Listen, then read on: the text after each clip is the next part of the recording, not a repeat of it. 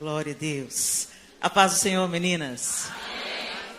Que delícia esse tempo juntas aqui, não é? Que delícia. Que privilégio nós temos. Quantas das nossas irmãs ao redor do mundo cultuam ao Senhor secretamente. Elas não podem se manifestar, podem ser mortas por carregar uma Bíblia. Nós não temos ideia de quantos dos nossos irmãos estão presos, encarcerados mesmo, por amor ao Senhor.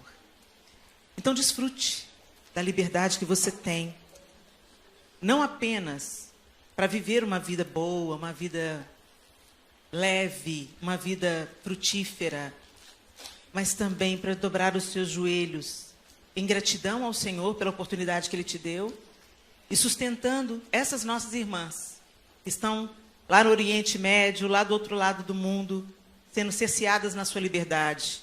Que você ame Jesus com toda a intensidade do seu coração. Todas nós temos o privilégio de ter uma Bíblia, até mais de uma, muitas traduções, né? E em alguns lugares, a Bíblia é uma joia preciosa e rara. Então valorize aquilo que você tem. Não sei por que eu estou falando isso, mas o Senhor sabe. Uau! Rise up. Erga-se, levante-se. Né? Não precisa, estou falando. Abra sua Bíblia comigo em Lucas, capítulo 13. A partir do verso 10. Num sábado, Jesus estava ensinando numa das sinagogas. E chegou ali uma mulher possuída de um espírito de enfermidade. Havia já 18 anos. Ela andava encurvada, sem poder se endireitar de modo nenhum. Ao vê-la, Jesus a chamou e lhe disse: mulher, você está livre da sua enfermidade. E impondo-lhe as mãos, ela imediatamente se endireitou e dava glória a Deus. O chefe da sinagoga, indignado por ver que Jesus curava no sábado, disse à multidão: há 6 dias em que se deve trabalhar, venham nesses dias para serem curados, mas não no sábado. Porém o Senhor lhe respondeu: hipócritas, cada um de vocês não desprende da manjedoura no sábado o seu boi ou o seu jumento para levá-lo a beber? Por que motivo não se devia livrar desse cativeiro em dia de sábado esta filha de Abraão, a quem Satanás trazia presa há 18 anos? Tendo dito essas palavras, todos os seus adversários ficaram envergonhados. Entretanto, o povo se alegrava por todos os feitos gloriosos que Jesus realizava. Senhor, essa é a tua bendita palavra, nosso alicerce, bússola, prumo. Nós não queremos, Senhor, nos relacionar com a sua palavra como se ela fosse um patuá. Nós queremos, ó Deus, nos reclinar sobre ela, entendendo que ela é a sua voz para nós hoje. Ajuda-nos, Senhor, a discernir o que o Senhor quer nos falar nessa manhã bendita. Faça do nosso coração e da nossa mente terra fértil, para que o teu Espírito, com toda a liberdade, nos ensine nessa manhã. Estamos aos teus pés, Jesus. Fala conosco. Amém. Uma mulher encurvada. Num sábado, um dia santo, um dia separado, consagrado a Deus, as pessoas se reuniam na sinagoga. A sinagoga, ela surgiu depois do exílio do povo, da diáspora. E aí, o povo judeu precisava de lugares onde se reunir. Mas a sinagoga, diferente do templo, não era um lugar de fazer orações apenas, de ler a Torá, de recitar orações. Não era só esse lugar de bendizer ao Senhor e de adorar o Senhor. Era também, era principalmente. Mas como ela estava ali no meio de uma comunidade, ela também servia para tantas outras coisas, né? Quando tinha alguma coisa para decidir em acordo com toda a comunidade local, vamos reunir lá na sinagoga, né? Vamos aprender alguma coisa nova, vamos reunir lá na sinagoga. E algumas sinagogas, inclusive, serviam de hospedagem para aquelas pessoas que vinham de outras cidades e não tinham onde se hospedar. Então, na sinagoga também tinha lugares específicos onde essas pessoas podiam se achegar. Mas o texto está dizendo para a gente que era dia de... Então, certamente não era para alguma reunião que aquela mulher foi à sinagoga. Certamente não era para tratar de outros assuntos que ela estava ali. Certamente também não era para se hospedar que ela estava ali. Era um dia separado para o Senhor. E nesse sábado, quando ela chega lá, o texto não diz para a gente se ela já sabia que Jesus estaria ali. Provavelmente, sim. Porque Jesus, a fama dele o antecedia, né? Então, muito provavelmente, sim. Mas o texto não deixa claro se ela foi intencional, por causa de Jesus, ou se ela estava apenas ali tendo o seu momento ritual, o seu momento de adorar ao Senhor, né? As mulheres, diferente do que se acredita, gente, as mulheres no 1º século até o 4º século, elas tinham acesso à sinagoga, elas sentavam junto com os homens, entendeu? Várias evidências mostram isso. Depois do 4º século é que essa coisa começou a mudar, entendeu? E aí separaram homens e mulheres, e aí marginalizaram um pouco as funções femininas. Mas até o 4º século, as mulheres também desempenhavam tarefas na sinagoga. O texto não está dizendo para a gente por que ela estava ali, mas certamente ela estava ali por ser filha de Abraão, como o próprio Jesus disse. Ela pertencia ao povo de Deus e ela estava ali junto com os seus iguais para prestarem culto, para ouvir a Torá e para, quem sabe, até algumas mulheres recitavam orações.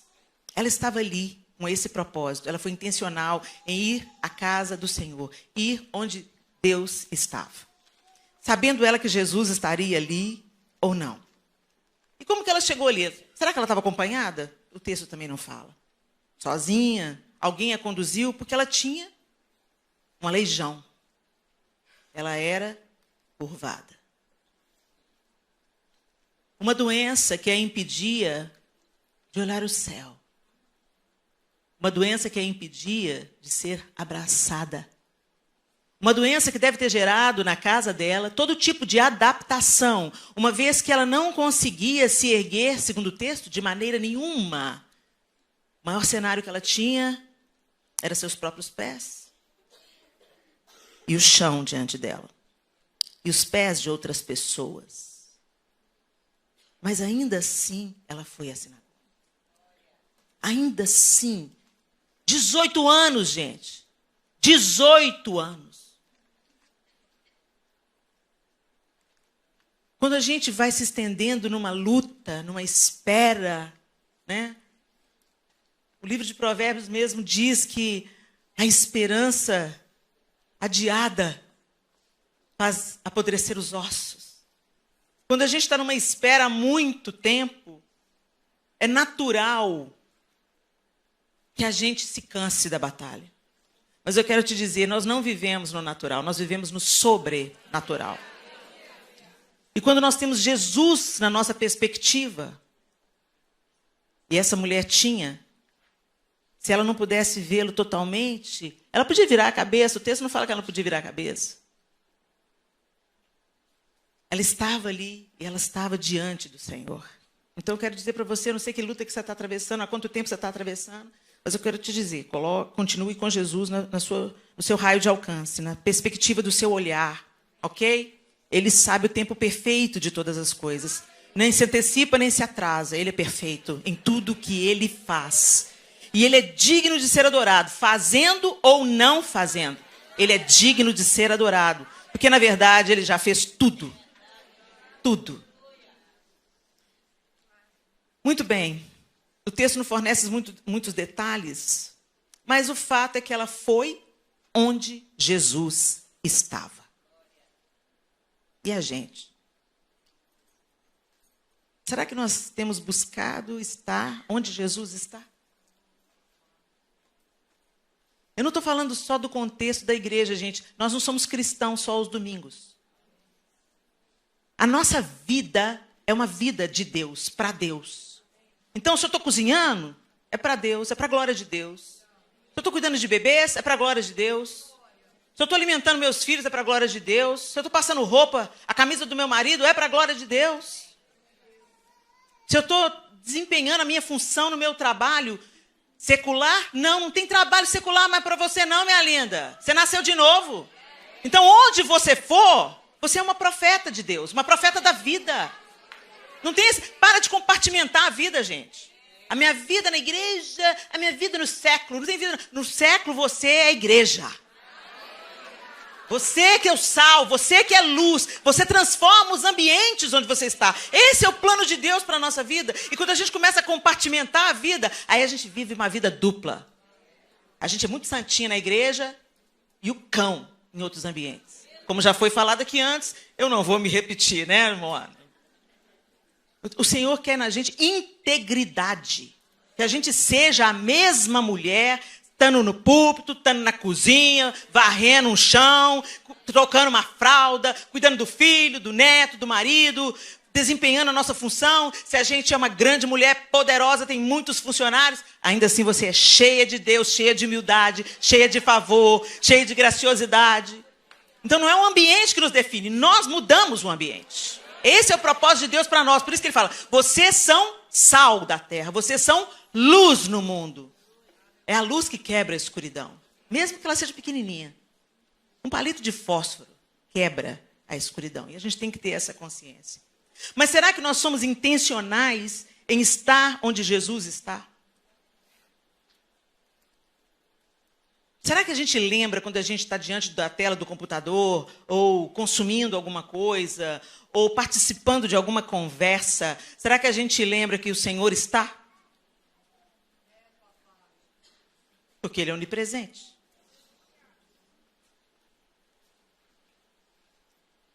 Essa mulher, ela foi intencional. Ela, como eu já disse, não sabia se Jesus estava ali ou não. Provavelmente sabia. Mas o fato é que ela foi ao lugar da bênção. Ela foi ao lugar onde ouvir a palavra. Ela foi ao lugar da comunhão com Deus. Ela foi a esse lugar, procurando algo, buscando algo, alívio para o seu estado, esperança para o seu coração. Agora, vale dizer que ela estava debaixo da opressão de um espírito maligno. Tem gente que é oprimido pelo diabo e ainda assim tira forças, não sabe-se de onde, para buscar esperança. E nós somos governadas pelo Espírito e às vezes ficamos tão tímidas, tão cautelosas, tão temendo pela nossa reputação. O que vão pensar? Deselegante. Uma hora dessa, gente, que se dane a elegância.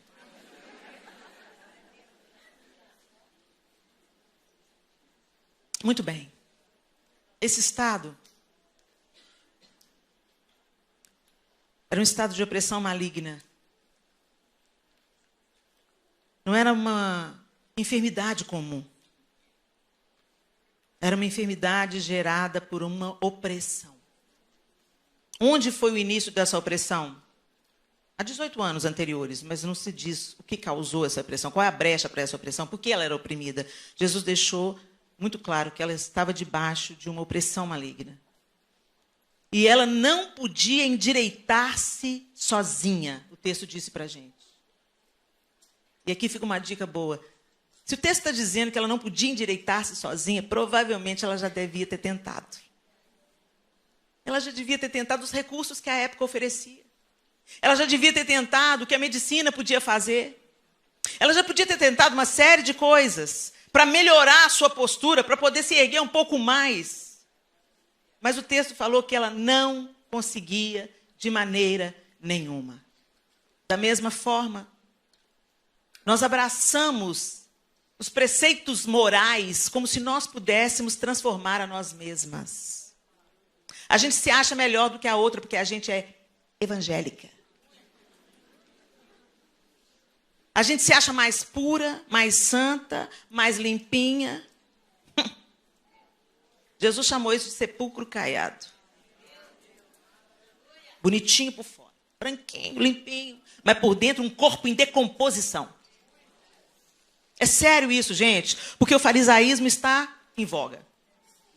A religiosidade, Eu acho uma graça, porque quando se fala de santificação, de se separar das coisas consagradas a ídolos, de não entrar no circuito de Satanás, de nos transformarmos em consumidoras, em adoradoras de mamon. Quando você vai se falar sobre santidade, sobre a roupa que você usa, sobre a maneira que... Aí a pessoa fala, nossa, que religiosidade. Isso não é religiosidade, não, isso é santificação. Religiosidade é justamente você se sentir melhor do que os outros por causa do processo de santificação. Você se sente superior porque sua saia está no lugar certo, seu sovaco está cabeludo, seu cabelo está aqui. Então você olha para as outras que têm o sovaco depilado e fala, sangue de Jesus tem poder. Nossa, que brinco é esse? Jezabel, um brinco me torna Jezabel? Isso é religiosidade. Quando você olha e vê os pecados da outra, mas não vê o seu próprio estado de dependência absoluta de Jesus, porque você não pode endireitar-se. Eu não posso me endireitar. Eu nunca pude me endireitar sozinha. Por muitos anos, espiritualmente, eu também andei encurvada como essa mulher. Olhando para o chão, olhando para as minhas dores, olhando para o abuso da infância, olhando para a minha condição. Até o dia que aconteceu um rise up na minha vida. Mas muitas vezes, gente, a gente passou por isso.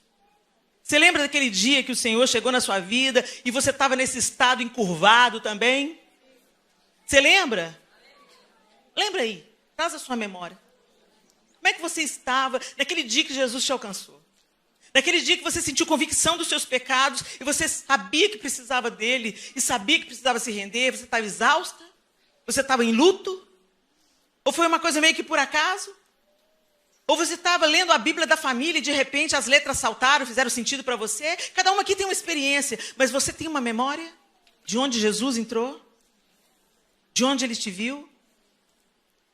Porque foi isso que aconteceu aqui. Ela estava no lugar certo. Ela não se deixou paralisar pelos 18 anos, pelo seu estado que deveria causar uma dificuldade, né?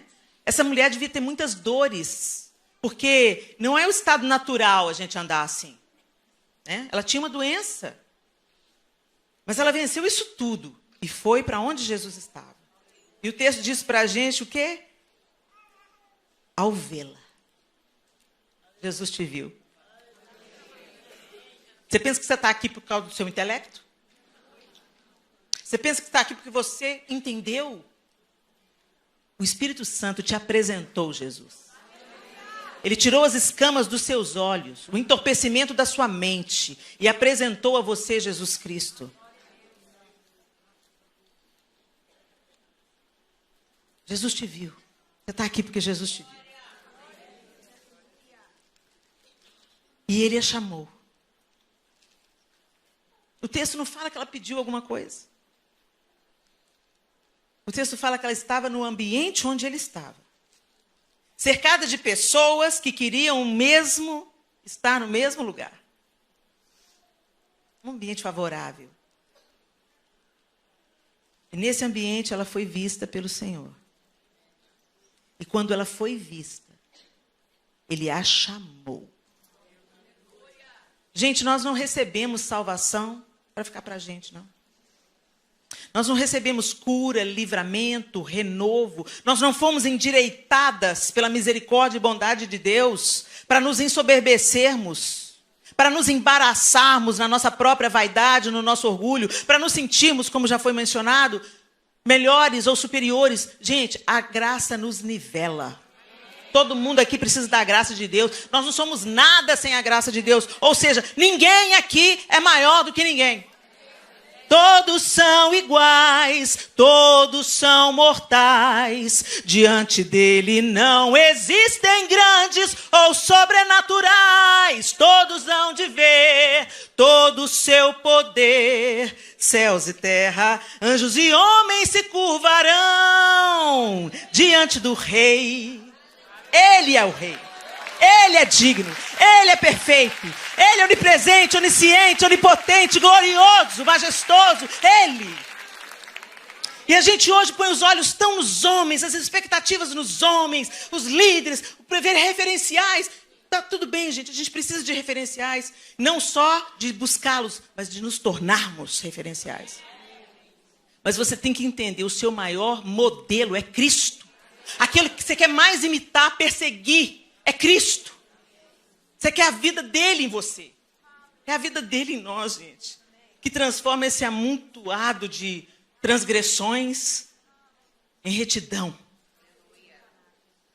Só ele faz isso.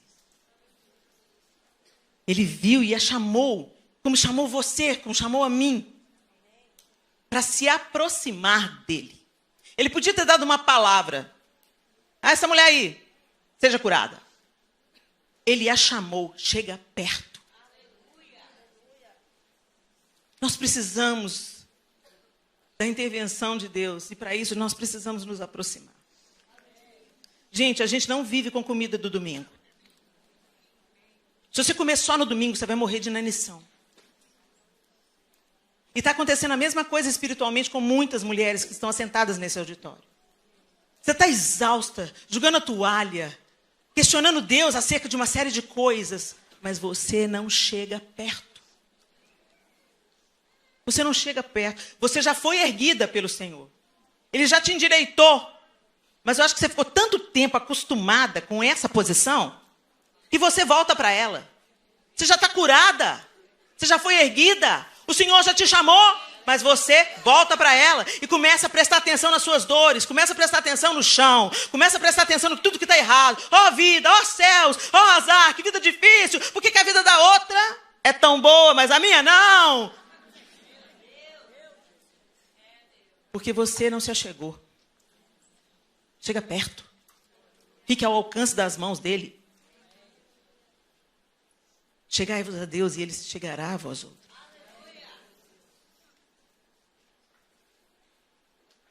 Como é que a gente se aproxima de Deus, gente? A gente dá passos em direção a ele. Aquela mulher teve que caminhar. Debilitada, doente, encurvada, até perto dele. Até que ele imponha as mãos sobre ela. E disse, você está livre. Você está curada. E imediatamente, o que ela não conseguiu fazer em 18 anos, ela foi endireitada pelo poder de Deus na vida dela.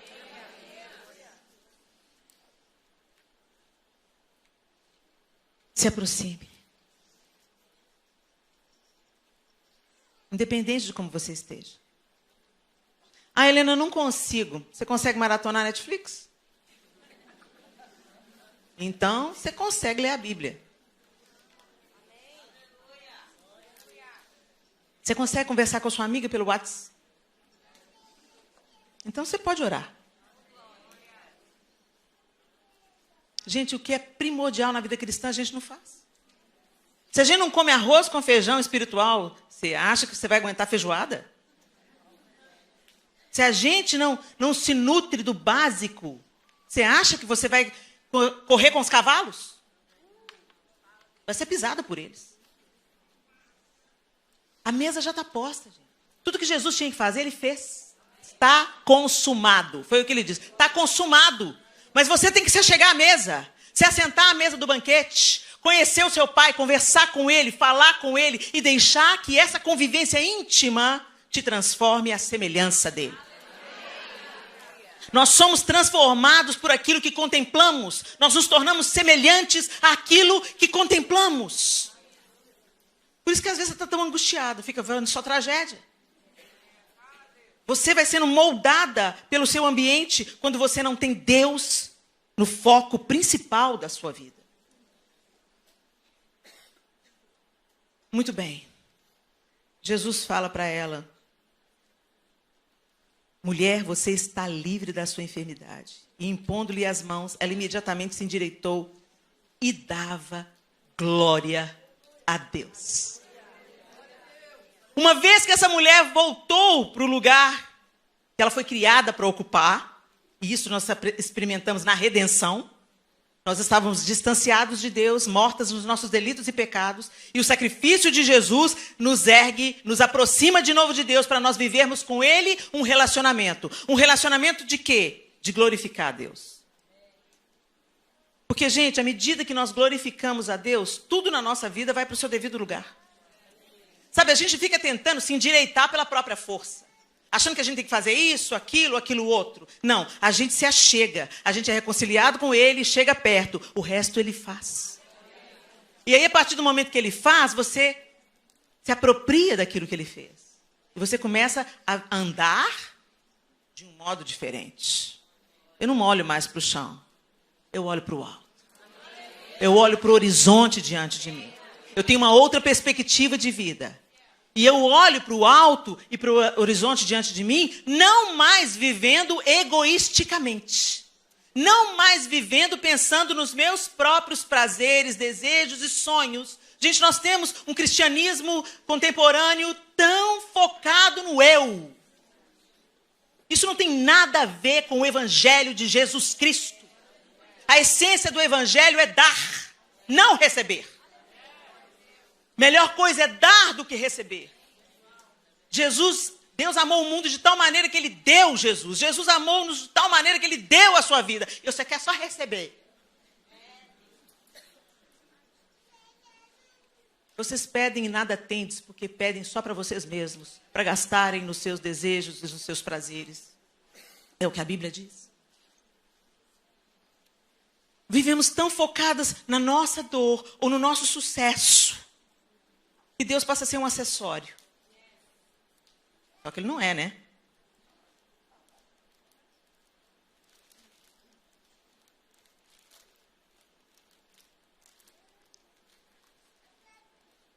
Ela dava glória a Deus. Uma vez que o Senhor te endireitou, minha querida, o seu propósito. Tem um tanto de mulher que fica, ai, qual que é o meu propósito? Qual que é o meu propósito? Eu vou fazer um jejum para Deus me dizer qual que é o propósito para a minha vida. Alguém sabe me dizer qual que é o propósito? Moana, se você fizer uma conferência falando assim, venha conhecer o seu propósito, vai bombar. Porque hoje tem um conflito de identidade, entendeu? Todo mundo não sabe, você não sabe o propósito porque você não sabe quem você é. E aí está buscando identidade no coaching, não na Bíblia. A sua identidade é Cristo que define. Você é filha.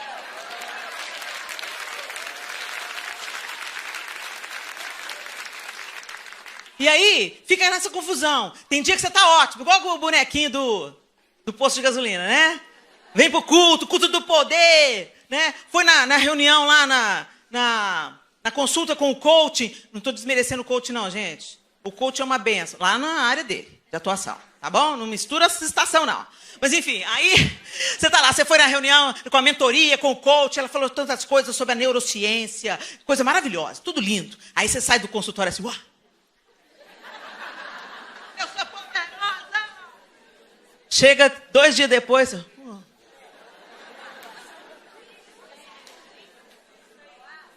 Senhor quer de nós, minha linda, constância.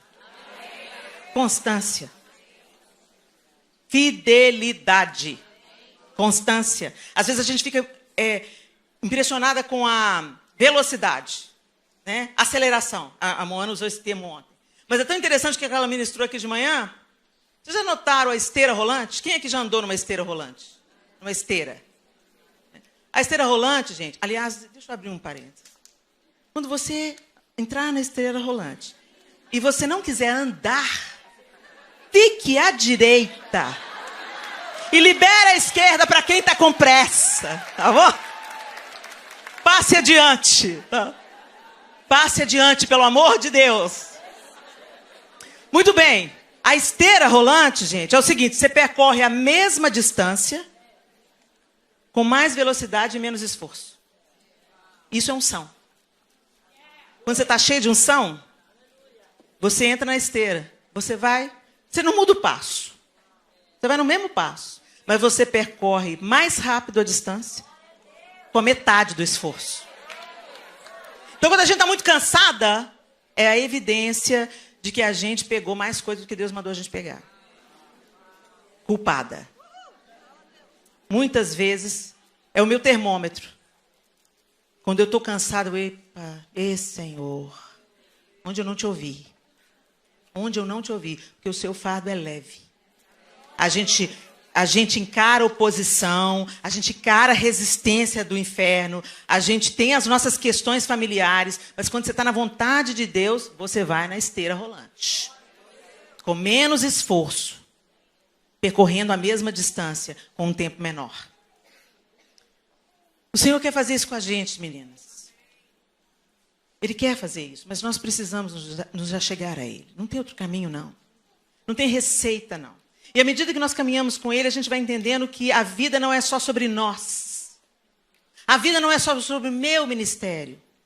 Sabe o que é o seu propósito? O seu propósito é ser a solução de Deus na hora certa e no momento que surgir. Onde tem uma necessidade, seja a solução. Esse é o seu propósito.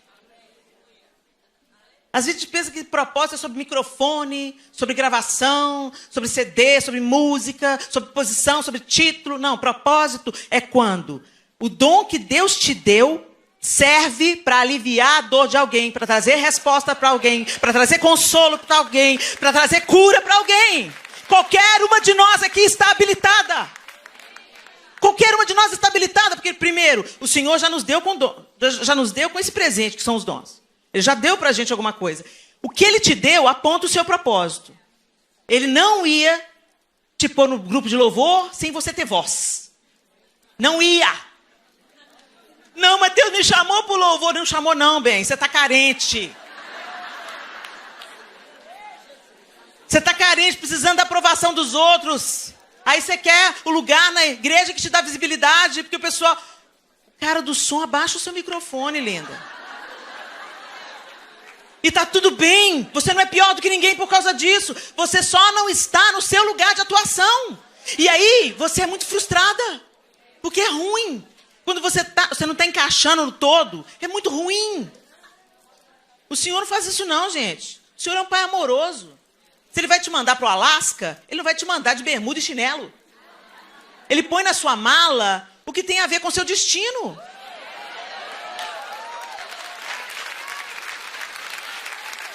Para de recalcitrar contra os aguilhões, sabe? A gente fica brigando com Deus, pelejando com Deus. Ai, Deus, eu queria tanto cantar. Eu queria tanto cantar, Deus. Mas se você cantar, se você tivesse voz, uma grande voz, você dá trabalho demais.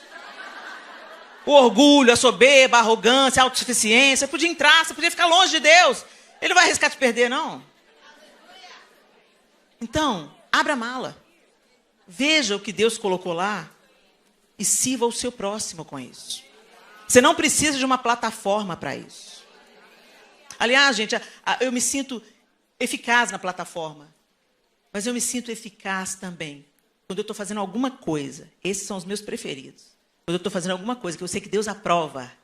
E aprova muito. Mas que ninguém está vendo, só Ele. Porque aí a recompensa eu recebo dele. Essa é a minha preferida. E isso muito tem a ver com tete a tete. Tem a ver com uma visita. Tem a ver com um abraço. Tem a ver com ouvidoria. Fala, eu te escuto. Eu não vou te julgar por isso, eu só vou orar com você. Fala com preparar um prato e levar para uma mãe que acabou de parir um menino. Sabe, gente? Tem a ver com simplicidade. Exatamente como o nosso mestre é. Simples. Simples. Jesus é tão simples, o Evangelho é tão simples e tão poderoso nessa simplicidade. Mas a gente pensa que chamado, propósito, tem a ver com sofisticação, com visibilidade, com seguidor no Instagram. Ô, gente, para de contar de seguidor no Instagram.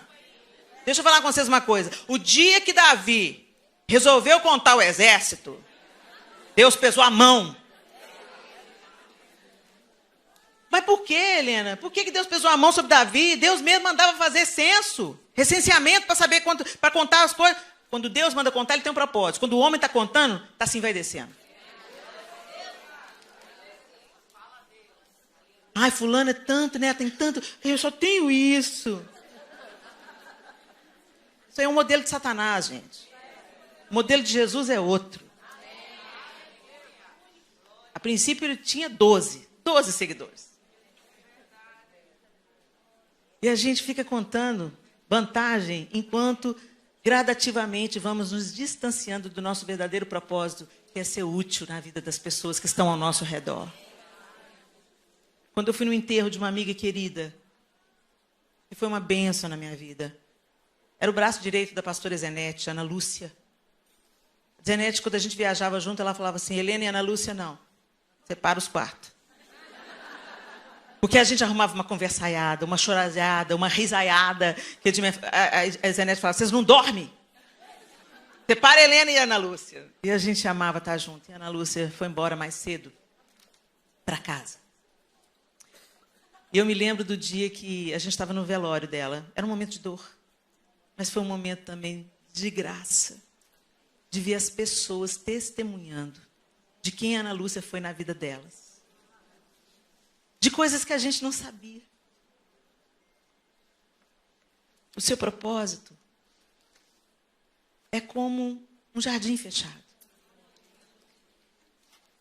O Senhor pode até torná-lo um jardim público, mas ele começa como um jardim fechado. A gente tem que estar disposta a pegar no microfone, com a mesma disposição, pegar uma vassoura. Se eu não estou disposta a pegar uma vassoura, eu não estou apta para o microfone. É simples assim. Essa mulher foi erguida e ela dava glória a Deus. E o Senhor que te ergueu quer que a sua vida glorifique a Ele. Que tudo que você faz, por onde você passar, o nome dEle seja glorificado. Então eu quero te dizer, minha linda, quando você vive uma vida meia boca, quando você é uma pessoa na igreja e outra pessoa no trabalho, quando você só nega o seu patrão, quando você não faz o serviço que você combinou, quando você engana aquele que te empregou, quando você amaldiçoa aquele que te empregou, eu quero te dizer uma coisa: o nome de Deus está sendo difamado por sua causa, porque você carrega o nome dele. O nome de Deus está sendo difamado por sua causa. E nós oramos: Pai nosso que estás no céu, santificado seja o teu nome. O nome de Deus é santificado pelo nosso testemunho. Como disse Jesus, para que os homens olhem para vocês e vejam as obras que o seu Pai Celeste está fazendo. Nós não somos salvas pelas obras, mas somos salvas para a prática das boas obras. E boas obras, gente, não é só caridade, cesta básica. Boas obras é toda a sua maneira de viver. A maneira que você trata as pessoas, a maneira que você trata o seu funcionário. Eu fui fazer uma cirurgia esse ano, a médica falou comigo assim: Helena, todo mundo no bloco cirúrgico te conhece? É mesmo, doutora? Ela é. A maioria lá é evangélica. Sim, o público evangélico me conhece. Ela: pois é. Agora você podia me explicar uma coisa? Aqui, como é que a pessoa fala tanto de Deus, mas não dá bom dia para o porteiro? O nome de Deus está sendo difamado. Você pensa que é só o adultério, o escândalo? Conheço empresários cristãos que falam: não quero empregar crente de jeito nenhum. Um buffet em Belo Horizonte recusou fazer festa para crente. Gente, festa de ímpio tem bebida, festa de crente não tem. Mas os crentes dão tão mau testemunho com a glutonaria. Perguntou: mas por que não faz festa? Não, crente quebra a gente, come demais. Estão rindo, é? Uhum.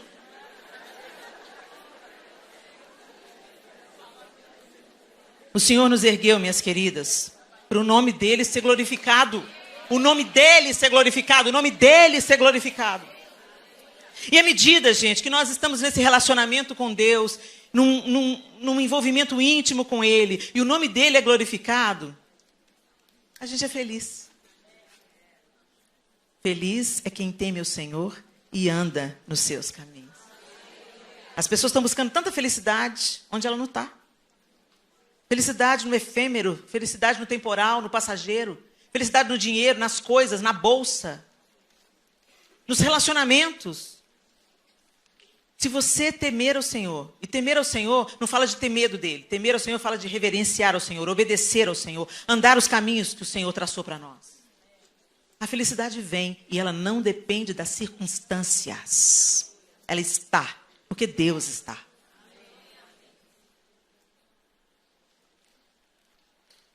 Jesus viu essa mulher, chamou essa mulher, decretou que ela estava livre, a tocou. Imediatamente ela foi curada, se endireitou e passou a glorificar a Deus. Minha querida, minha palavra nessa manhã para você é: você já foi erguida. Quando Jesus entrou na sua vida. Se você está aqui nesse congresso e você ainda não fez a entrega da sua vida a Jesus, eu quero te dizer, você está encurvada, mesmo que você não perceba. Sua perspectiva é a perspectiva do chão, a perspectiva da terra, a perspectiva das coisas da terra. Mas o Senhor quer te endireitar para que você tenha uma outra perspectiva. A perspectiva de um novo horizonte e a perspectiva do alto, de onde vem a nossa salvação. Mas se você já caminha com Jesus, eu quero te dizer, você já foi erguida. Então viva como quem foi erguida, minha linda. Para de se acostumar com os 18 anos e voltar para as coisas da terra. E eu estou falando especialmente para vocês que são imigrantes nessa terra de Mamon. Eu amo os Estados Unidos da América, eu tenho uma dívida com essa nação. Porque o missionário que saiu daqui e plantou a vida no Brasil, literalmente, plantou a vida, ele está enterrado lá, ele e a esposa dele. Oraram pelos meus pais, pela conversão dos meus pais, 18 anos. Coincidência? Acho que não. Orou pelos meus pais, 18 anos. E um dia eles foram fazer uma visita. Olha aí as coisas extraordinárias em visitas. Foram fazer uma visita para os meus pais, porque sentiram que tinha alguma coisa errada. E os meus pais estavam planejando se divorciar. A salvação entrou na minha sala naquele dia. Eu tinha 11 anos, eu estava dormindo no sofá e eu acordei com um choro compulsivo da minha mãe, rendendo a vida dela a Jesus. Dali 3 anos eu tive aí começamos a ir para a igreja, a semente começou a ser plantada na minha vida e aos 14 anos eu fiz a minha decisão por Jesus. Mudou tudo, mudou meu destino, mudou tudo, mudou minha vida, me endireitou. Mas houve um período na minha vida que eu tive saudade do chão. As coisas da terra. Eu canto, eu queria tanto cantar para ser famosa. Literalmente, gente. Eu queria ser famosa. Deus tem senso de humor. Ele tem senso de humor. Tudo que eu queria era alguém pedindo para tirar foto comigo. Hoje eu falo, não faça isso, por favor. Tudo que eu queria ser o centro das atenções. Tudo que eu queria. Carente. Tinha uma rejeição enorme, então eu queria a aprovação das pessoas para me sentir amada. E o Senhor teve que me mostrar que não era assim que eu ia conseguir amor. Quem te aprova hoje, amanhã está te cuspindo. Você é boa hoje, amanhã você já passou, você não é mais a bola da vez. O amor de Deus não, o amor de Deus não é volúvel, não é mutável. Ele é constante, ele é fiel, ele é verdadeiro, ele é suficiente. Ele é suficiente. O amor de Deus é suficiente. Deus maravilhoso. Para onde eu iria, Senhor? Só Tu tens as palavras de vida eterna. Para de procurar em cisterna rota, minha linda. Para de se firmar nas coisas da terra. Essa terra, você veio para cá, você pensa que você veio para cá para você ter mais segurança, para você ter melhor salário, para você pagar sua dívida lá no Brasil. Mas eu quero te dizer, pode ter sido a isca que foi, mas você está aqui para ser uma bênção para essa nação. Você está aqui para ser resposta para essa nação. Você está aqui para, enquanto você limpa a casa, profetiza sobre a cama do adolescente, profetiza sobre o quarto do casal. Seja bênção onde você for, seja bênção onde você viver, seja bênção onde você passar. Glorifique a Deus, você foi endireitada. Não volte de novo. E eu quero terminar com o texto de Colossenses 3, de 1 a 5. Uma vez que vocês ressuscitaram para uma nova vida com Cristo, mantenham os olhos fixos nas realidades do alto, onde Cristo está sentado no lugar de honra, à direita de Deus. Pensem nas coisas do alto e não nas coisas da terra, Pois vocês morreram para esta vida, e agora sua verdadeira vida está escondida com Cristo em Deus. E quando Cristo, que é a sua vida, for revelado ao mundo inteiro, vocês participarão de sua glória. Portanto, façam morrer as coisas pecaminosas e terrenas que estão dentro de vocês. Façam morrer. Façam morrer. Fiquem longe da imoralidade sexual, da impureza, da paixão sensual, dos desejos maus e da ganância, que é idolatria. Fica longe, faça morrer. Como que a gente faz morrer?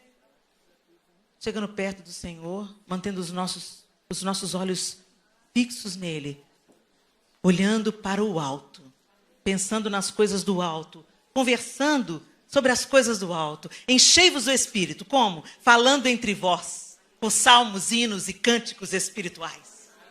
Para de fofocar. Para de dar ibope para site que suscita contenda entre irmãos, o pecado que Deus mais abomina. Para de consumir, porque aquilo que você consome, assistindo, clicando, você financia. Não financie o inferno. Não financie más notícias. Não financie o escândalo. Se livrem de todos desejos maus e ganância, que é a idolatria. Colossenses 3, de 1 a 5. Vamos orar. Fique de pé no seu lugar.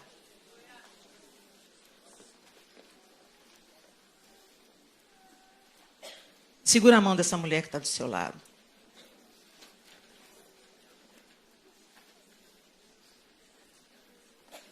Olha para mim aqui. Você foi endireitado. Foi para a liberdade que Cristo te libertou. Não se sujeite novamente a julgo de servidão. Que a sua vida, o seu dinheiro, que os seus bens, que a sua casa, que o seu carro, que o seu tempo, que os seus sapatos, suas bolsas, sejam para servir. Sejam para compartilhar. Sejam para abençoar. Seja a resposta. E glorifique ao Senhor, como aquela mulher encurvada foi. Os que estavam ali ao redor não entenderam. Criticaram. Vem outro dia, não no sábado. Vá ao Senhor todos os dias. Vá até Ele todos os dias. Ah, mas você está muito fanática.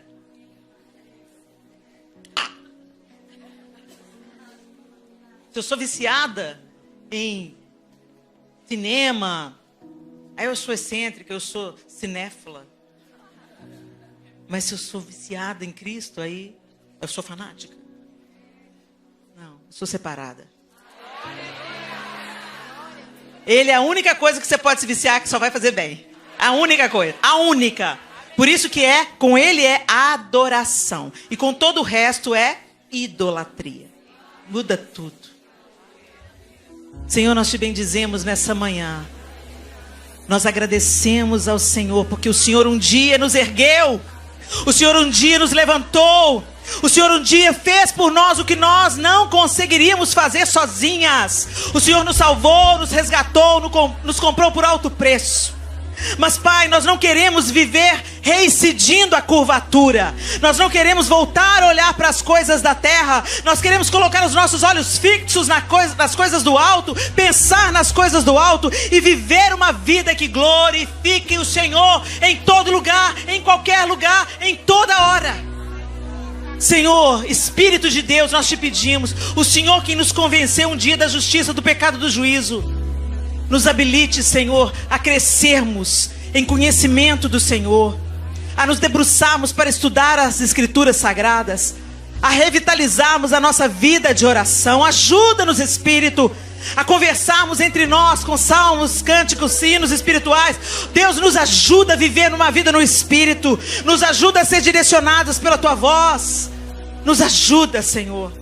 Liberta-nos da opressão maligna que nos encurva. E que vivamos como mulheres livres, livres para te amar, livres para te adorar, livres para glorificar o teu nome, livres para fazer a diferença e tornar o seu nome conhecido e santificado em toda a terra, em nome de Jesus. Amém e amém. Deus abençoe vocês, meninas.